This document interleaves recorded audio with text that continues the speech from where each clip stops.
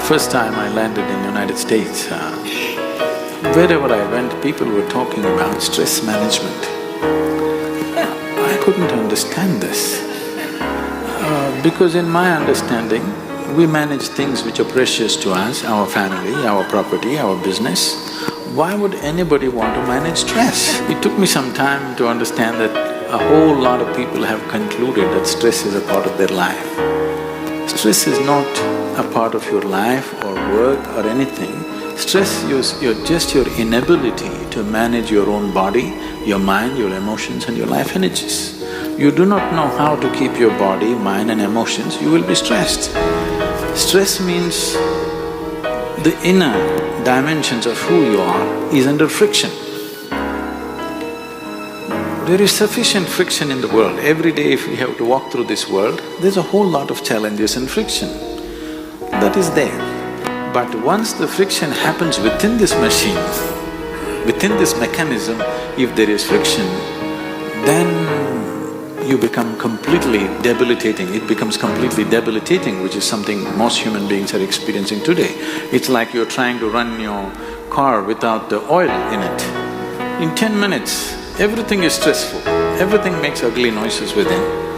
Right now, people are going through this and it's causing a whole lot of psychosomatic diseases that people are suffering. I would say 70% of the ailments that human beings are suffering are self-created. About 30% happen to you from outside because of other organisms and infections and various other things. Maybe some of them are, by birth people have certain tendencies, but at least 70% is self-created, which can be easily reversed if only we attend to the individual human being. And I can prove this with hundreds and thousands of cases who have walked out of ailments, not treated, walked out of it, simply because a certain level of stress-free existence came. Right now, I've had my lunch and I'm speaking. If I check my pulse, it's somewhere between 55 to 60.